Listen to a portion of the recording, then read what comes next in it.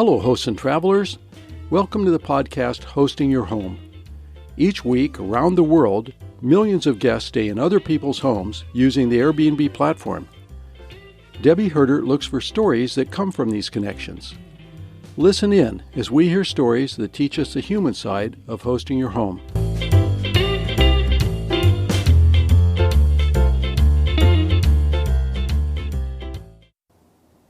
Hi everybody, this is Debbie of Hosting Your Home. Welcome back. So I have to apologize, we took some time off. Rob and I went to Italy for a month and we had a fabulous time. I'll tell you a little bit more about that in another episode. But for now, I want to just jump right into this and introduce David Jacoby to you. David is the co-founder of Hostfully, which is based in San Francisco. And he also was instrumental in helping to put together a trade fair for hosts in the San Francisco area. He's really an interesting guy. He's really involved in the local politics. And of course, he has this wonderful product of a guidebook to offer to you. So I hope you enjoy this interview, and I will be back in a little bit and talk some more about it.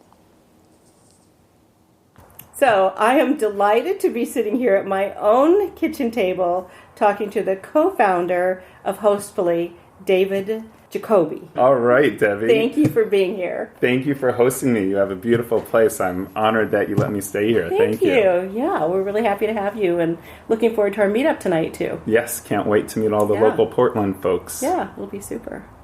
So tell us about you, David. All right, about me. Well, it all started in kindergarten. No, I'm kidding. Yeah, okay. Well, let me say first, I should be more polite about this and say, we know that you're the co-founder of Hostfully, the guidebook. We know that you're a super host in San Francisco, correct?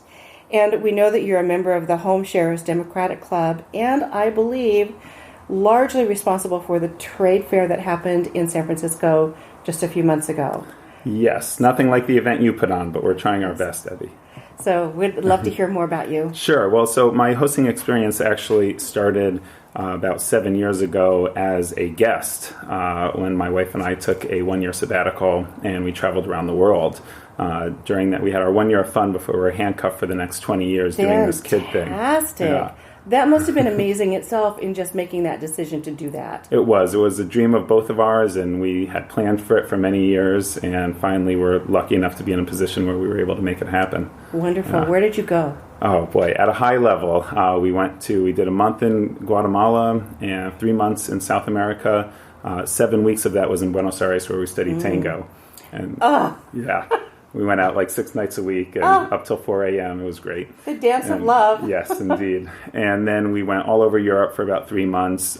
We were in Israel and Egypt for about a month, Rwanda and Uganda for a month, and then India for a month, and Southeast Asia for a couple months. Holy moly. Yes. Wow. And so you said that's where you first experienced Airbnb. Yeah, actually, that's where we first experienced vacation rental and home sharing in general. This was 2010, and Airbnb was just getting off the ground, and we ended up staying in 27 countries total, and we stayed in 38 homes during that trip, but not one was through Airbnb platform, actually. So were they like pensions then? Well, they were, some were traditional vacation rentals, where you just go to the local vacation rentals website and they had it. One or two was through VRBO, and then a lot was through Friends of Friends, and then also the website couchsurfing.org. Do you know couchsurfing? Oh, yes. So that's actually Airbnb without the financial transaction. It's literally, people who don't know that, check it out. It's pretty cool, and it's literally hosts who want to meet people from other cultures and host them for free. And through that platform specifically, we stayed with people for free in Lima, Peru, in Cairo, in Jerusalem, in Kigali, Rwanda, and Hanoi, Vietnam, and Bodrum, Turkey, and some real random places. And that's when I first realized the incredible influence that the host has on the guest's stay. You know, anything a host told us to do went to the top of the priority list above Lonely Planet and TripAdvisor and Yelp and any of those other review sites out there. We got the inside scoop. I see. Wow. So this is not an interview about couch surfing, but I have a question. Yes, absolutely. When you use that site, you're not necessarily staying on couches, right? No. Okay.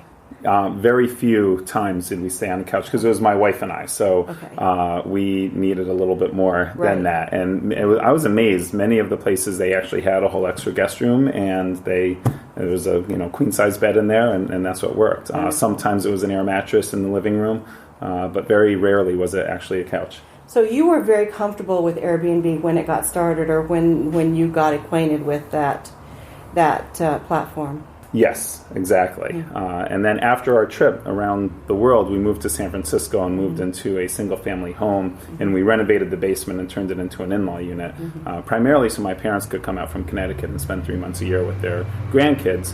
They don't care about me, just the grandkids. That's how it works these days. And then the other 9 months when they weren't there, we put it up on Airbnb. And that was such a good experience that the main 2 floors of the house where we live, we have an extra guest room there. And we paid back some of the good couch surfing karma, and we had some guests stay with us for free. And we also put that up on Airbnb. So that's more the traditional Airbnb model of sharing your kitchen and sharing your living space. So sometimes we'll have 2 reservations at the same time in our private in-law unit and then in our guest room. And we've had over 200 guests now in the past 4 years stay with us. And I've been an Airbnb superhost, as you said, for just got the email last week for 11 quarters in a row. Thank you. Great. And I've spoken at the past 2 Airbnb opens as well. And yeah, that's kind of what got me going with Hostfully, which I'm happy to talk about a little bit. And did you move to San Francisco because you were starting Hostfully? No, Hostfully is about 2 years old, and I moved to San Francisco about 6 years ago. Okay. Yeah. Okay, all right. So it was my, and I wasn't a home sharing host then, so it was really my personal experiences of being a host, and that led me to do Hostfully. Essentially, I realized firsthand the incredible pain point of being in constant communication with guest after guest and answering all their questions that they have before they arrive, as well as their separate unique set of questions while they're actually staying with me, and also realizing the pleasure of being on the flip side from my travels of hearing from them that they went to my favorite local coffee shop and my favorite brunch spot, and sure, they went to Fisherman's Wharf and they went to Alcatraz, but it was staying in my neighborhood and going to the local places that I recommended. That's really what made their trade memorable and unique. And looking into the space, the greater home sharing vacation rental space, I realized there's really a lack of focus on tools to help hosts be better hosts after that reservation is made. It seems like all the focus is on getting the reservation. Right. Whether it's a listing platform like Airbnb or HomeAway or Flipkey or the long tail of other sites out there, or whether it's the dynamic pricing companies like Beyond Pricing and Everbooked and Wheelhouse, or property management softwares that will help you list on multiple websites. But after that reservation is made, the 5-star hospitality experience, there's no software or no tools to really help with that. I know you have a smart lock, and that helps a little, and Properly helps with the cleaning, but it seems like every host has created some form of mediocre 3-ring binder of information. Yes, and that's what we were told to do back in the day, but now Airbnb has their own online guidebook too, right? So how Hostfully, describe to me how Hostfully works with these 2 things. Sure, exactly. So Airbnb does have a guidebook, and we have lots of enthusiastic Airbnb hosts who use us instead of the guidebook because, number one, first of all, a lot of hosts don't even know about the guidebook, and then number 2, it's not being promoted well to the guests, and the guests are not using that. And the guests also need to download and install the Airbnb app to get certain information, check-in information and other stuff. And what we find it to be a lot easier for the host to make a digital responsive design website guidebook, which is what Hostfully is, where they can easily share important information about their home, how to get here, how to check in, what the Wi-Fi code is, how to turn the TV on, how to use the laundry, as well as all their favorite local recommendations. And this is 100% our focus. So we like to think it's pretty cool. But more importantly, lots of our hosts, they have guests coming from other platforms too, or they have friends from college that are visiting them. They don't want to have to manage a guidebook on Airbnb and then manage another guidebook on HomeAway, and then if a buddy from college is coming, have some other third-party tool. So, we're focused 100% on the host, and however they get their guests is fine with us. How does that... have you heard of the You're Welcome? Have you heard of You're Welcome? Sure, yeah. It's a tablet. It's a tablet, right? So I can see that Hostfully, you've got it on your own phone. You got it on your own device. On the other one, you have this tablet. You don't want to take it around with you out and about. I'm not sure. Yeah, possibly. You're Welcome's a great product. I know those people, and they're I haven't actually experienced it yet. So yeah, they're doing some really cool stuff, and I do recommend checking them out. There are some differences, and as you said, we are a software where you just send a URL, and the guests can then view that information at the airport on their phone or before they arrive. They can look at it on their desktop at home before their trip. They can print it out and read the information on the plane. And then when they're out and about exploring the city, I think a lot of guests might be hesitant to actually take someone else's tablet with them. But now they have all of my recommendations in the palm of their hand. So when they're done doing Alcatraz and they want to go to a great local restaurant, they can pull up and see what I recommend. I really like that about it. I appreciate being able to use it and having an opportunity to play with it before you got here, so that I could see how that works with what my own system is. And it's hard to change your system once you get into your own routine. Trying to do something different is a little bit of a push. But what I really like about it is that I can put the directions like you, and I took your suggestion and changed my directions to include information about the Max and Uber and stuff in our directions. But I can also very quickly make a recommendation for a restaurant or something like that. It's easy. That's what I like about it, is it's easy. I can go in there, I can make a couple of clicks, and I can easily change it or add to it. Awesome, thank you. Great to hear. Well, first of all, this is my first time staying as a guest where the host has sent me their Hostfully guidebook. I love that. I loved it as well. Thank you very much. It was great to be on the other side. But we are working really hard at making it easy to make a beautiful guidebook. So we're integrated with Google Places, so you start typing in the name of the restaurant and it pops up right away, and pictures pop up so you can choose a picture, and I like that. Real easy to write a review. But what you had said about including the directions from Max, the local area transit. What I found a big problem of mine before Hostfully was I wasn't sure what to include in the welcome email, and I would essentially find myself throwing up a whole bunch of information of directions, how to get here from the San Francisco airport, from the Oakland airport, from the train station, from public transportation, if you're taking a taxi. And then after that, here's how you check in, and here's the nearby supermarket if you need that. And all of a sudden, I had all this information in the email, and guess what? No one read it all. And then they would ask me a question, and it was in the email, and I started getting agitated because I already gave them the answer, but it's not their fault that they didn't see it because I had so much. So now the fact that I can just give them a URL, and that has all the information in a very mobile-friendly, digestible manner, they can see it easily. So a couple more quick things about Hostfully. We launched about a year ago, and we have over 4,000 guidebooks now in 80 countries. Congratulations. Thank you. It's been real exciting to see, on one day there will be a guidebook in Saigon and in Cape Town, South Africa that are created. And the feedback that we've been getting from people around the world about how it's been helping them, it's been just real rewarding and heartening to see that it's being used everywhere.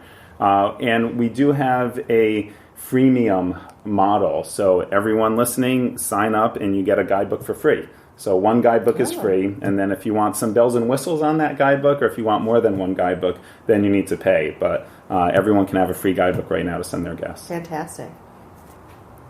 So can we talk about the politics in San Francisco a little bit? Oh boy. What is it like living in this turmoil? How's that working?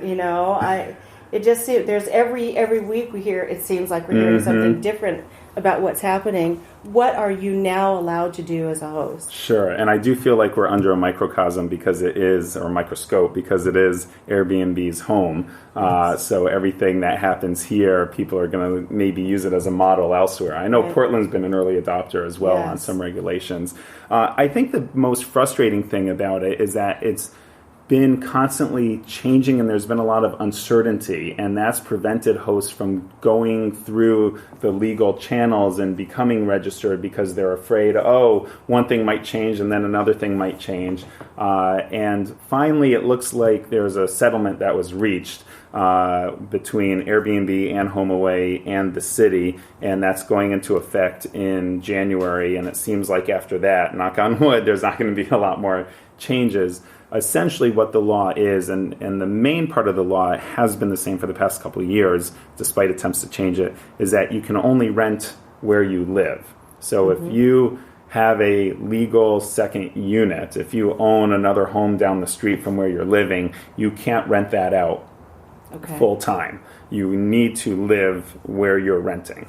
Additionally, you can't rent it completely on its own for more than 90 days. So they distinguish between hosted and unhosted stays. So if you're living there and you have an extra bedroom, you can rent that out unlimited. Okay. But if you want to travel for 4 months over the summer, then you can't rent your place out for those 4 months. There's a cap of 90 days. But as long as you're living there, you can rent it out as much as you want. So that's pretty much what the laws come down to. And that has hurt probably companies like HomeAway more than Airbnb, because their model is more so separate vacation rentals where you're not sharing space with the host. Yes. And ADUs are allowed? ADUs are allowed so long as it's not a legal second unit. Right. So if it's part of the same address. It's the same address, then it is allowed. And there's a lot of other gray areas with ADUs as well, but by and large, that's the most part. So the big settlement that just happened, Airbnb for the longest time was saying, we are like Craigslist. We are just a platform, and we're not responsible for all the rules and laws of all the cities, and we shouldn't be needing to police that. We're not responsible if someone has an illegal unit listing on Airbnb. And the city passed a law that said Airbnb must refuse anyone who's not registered on the site. They can't list it. And Airbnb said no, and it went to court. And the judge basically sided with the city of San Francisco and said, you're not like Craigslist because you're taking a part of the financial transaction. Wow. So you are involved. So it is your job to police it and make sure only registered hosts are listed on your site.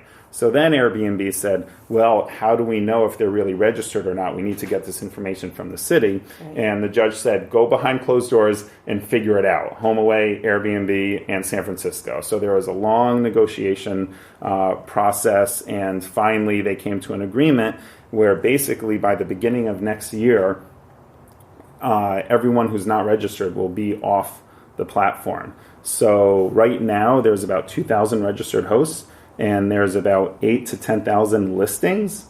So it'll be interesting to see what happens over the next half year. Maybe another 500 to 1,000 hosts will get registered. So it's looking like at least half, if not more, than half of the listings in San Francisco by the beginning of the year, in theory, should be gone. So that's going to change the landscape significantly.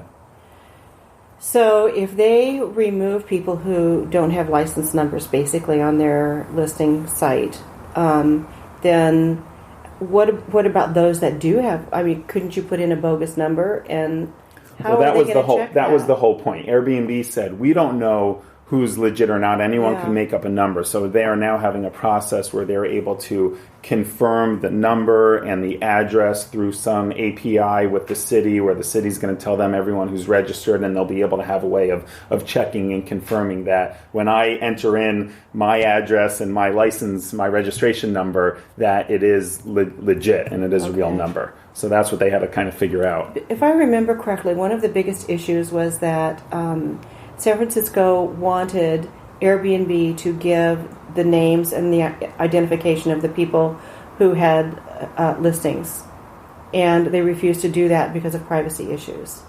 Are they still going to mask the names, or will they be working with addresses only? Do you know?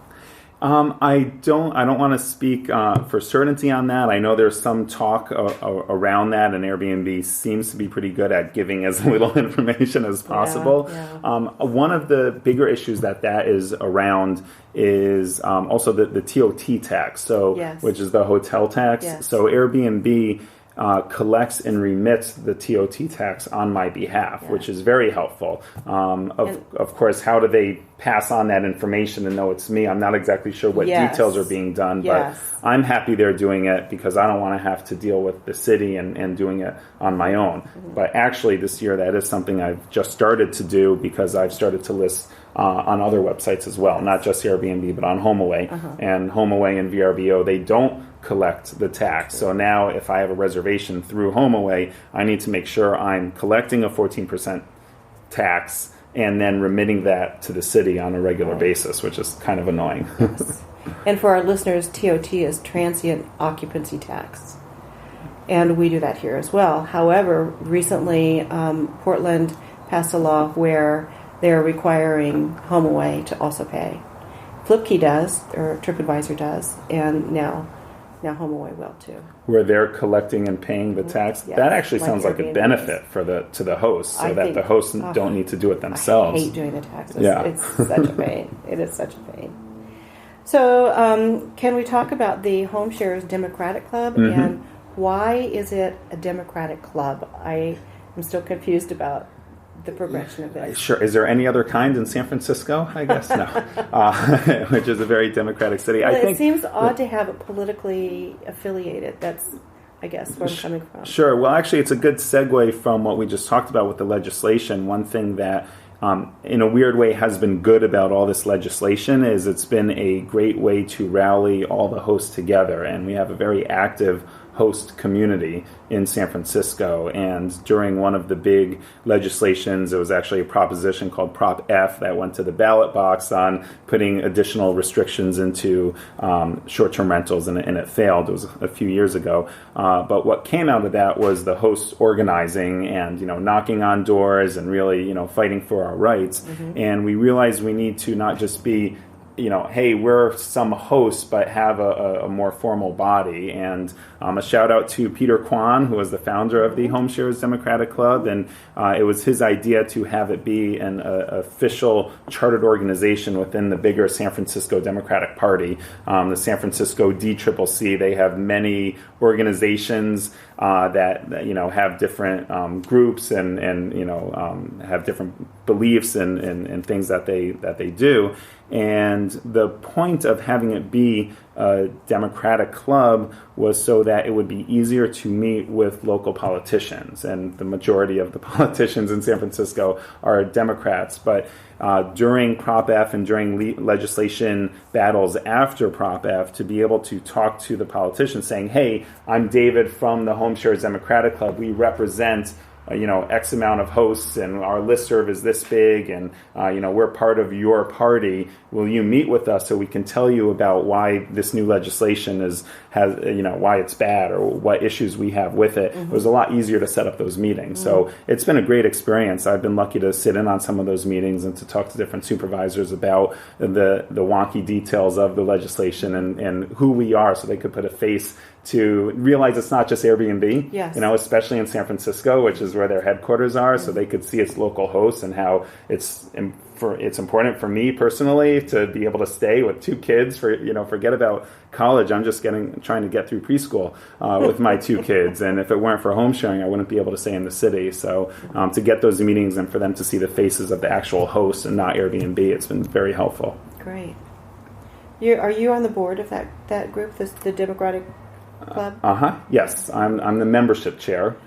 So Peter and Laura Thompson, they're the co-chairs, and then we have different committees, so I'm involved with membership.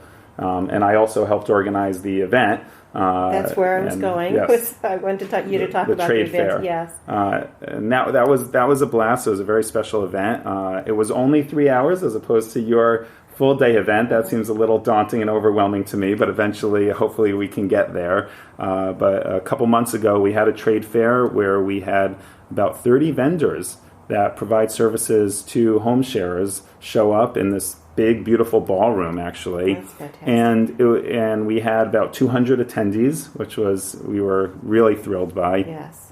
Airbnb was a big sponsor of it, but so was HomeAway. And Booking.com was there as well. And HomeSuite, which is another listing site, represented. And to see all the types of vendors that provide services to hosts, and you've probably experienced this at your event, from smart lock companies to cleaning companies to, there was a furniture store that was there. That's just fabulous. has lots of Airbnb hosts that buy stuff from them for their guest rooms. That's so great. they were there, to Hostfully, to a whole bunch of different companies. It was a great celebration of the economy, that how home sharing helps the economy and the ecosystem that we have. It was really a great celebration of the whole ecosystem. Yeah, That's really fun. And also we had some elected officials. So we had Supervisor Wiener, former Supervisor Wiener. He's now in the state assemblyman, congressman, and then David Chu, who wrote the original legislation. He's now in this state assembly as well. So they both came, and Joe Gebbia, the co-founder of Airbnb, he showed up. So Fabulous. It was great having their support and seeing some kind of local celebrities there. Yeah. So will you do it again? Yes. Yeah, we can't wait. As we were just talking about, taking a little time off from organizing of it, but we're looking forward to doing it again. The feedback we got from both the vendors, how excited they were to meet with so many hosts and get feedback from them and hear what they want, as well as from all the hosts who had no idea that there were all these services out there that could make their life easier. They were thrilled to see some of that. Yeah. So one more thing that I would like for you to talk about, and that's your research project. If you'd like to talk about your paper, sure. We'd like to hear about it.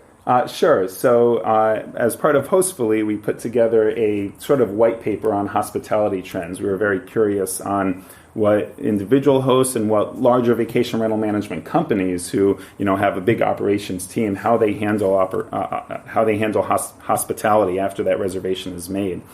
So for anyone who wants to read this report, you can go to hostfully.com/study and download it. We did a survey of over 50 vacation rental management companies, and then we analyzed the thousands of guidebooks that we have to see what the best practices are. So, for example, do you offer an extended checkout or a mid-stay cleaning, or what other hospitality-related services do you offer? Ground transportation from the airport, or do you provide tours, or a chef, to a private chef to cook for you? What's the average check-in time and the average checkout time? And it came to be about 11 and 2, between 2 and 3. 11 was the average check-in or checkout time, and 2 or 3 was the average check-in time. And there are some interesting items that we saw, and it was basically confirming what I had said earlier, which is there's not a lot of tools out there to help the host after the reservation has been made. So there's these bigger property management softwares that these vacation rental management companies use, where they manage all their listings there, and that puts them up onto Airbnb and onto HomeAway. And if a reservation gets made on one platform, it updates the calendar on the other, and it integrates with their website. Right. And if they get inquiries, they can see that this place is booked, but they can tell the guests they have another place that's available. But all that is focused on the reservation, and the way what hosts are doing, what managers are doing, is really either not offering these services or jimmy-rigging some way using Excel sheets, or finding local providers to do stuff, or taking payments through PayPal outside of their normal payment processing. And there's a lot of opportunity in that area, and that's one thing that Hostfully is working on, in addition to being a guest communications platform where we share house essentials, and we share your favorite local recommendations. We hope down the road to be able to offer up additional services. So as individual hosts, if you want to offer an extended checkout, you can offer that easily, and the guest can just buy it through Hostfully. Or if they want, ground transportation, they can get that through the Hostfully app, and maybe even the host would get a commission out of that or something like that. So those are things that we're working on, and kind of our research in the market space show that there's a big gap in that area. Well, that's very nice that you're sharing it. David, thank you. This has been fabulous. We will have all of the links in the show notes so people can find you and they can download that paper. Is there anything more that you want our guests to know? No, just thank you, Debbie. It's so great to finally meet you in person after, I feel like I know you so well after hearing your voice on the podcast all the time. Well, we've had a few phone conversations, so that's been great too. Exactly. So thank you for all you do for the community, and I'm excited to meet with your group of hosts here tonight, and look forward to hopefully attending your big conference next year. Great. Thanks, David. Take care. Bye, everybody. Well, I had a few takeaways from that conversation with David. One is David's story and how Hostfully came about. I find people's stories really interesting, and the creation of a new business is always so fascinating to hear. Number two is the San Francisco regulations. So many urban environments are having issues with the Airbnb permitting process and taxes and various things. And it's really interesting to witness how another city is taking care of it, and especially, of course, where Airbnb was born. And the third thing is the trade fair. Just right after we had our host-to-host conference, a month or two later, San Francisco had their trade fair. And it occurs to me that let me back up. It's community networking that I find really interesting in these cases. And I wouldn't be at all surprised if there were other communities organizing themselves as host communities now as we speak. I'd really like to hear about them. If you know of any, would you let me know? The other thing, there are two things that I recommend that you do. One is go to hostfully.com and create a guidebook for your property. The first one is free, and it's really easy to do and well worth your time to play with. The other thing that I recommend that you do is download the 2017 hospitality trends that David talks about. And the reason why I think this is a good idea is that although this report is basically about vacation rental property management, there are some things in there that are really applicable to guest experience. And those of us who have one or two or three properties, maybe a few more, are in a position to be able to really address in the best way our guest experiences. That's where we shine. And that's where we can do our best in our own excellence of our business. So that about wraps it up today. Thank you so much for being here. Thank you for tuning in yet again. In a while, sometime in the future, not too long from now, Rob and I are going to sit down and record a conversation about where we are with the podcast, where we are with our businesses, and share with you some of our thoughts for the future. So we hope that you'll tune in for that one as well. And we look forward to more episodes with you. Take care. Bye-bye.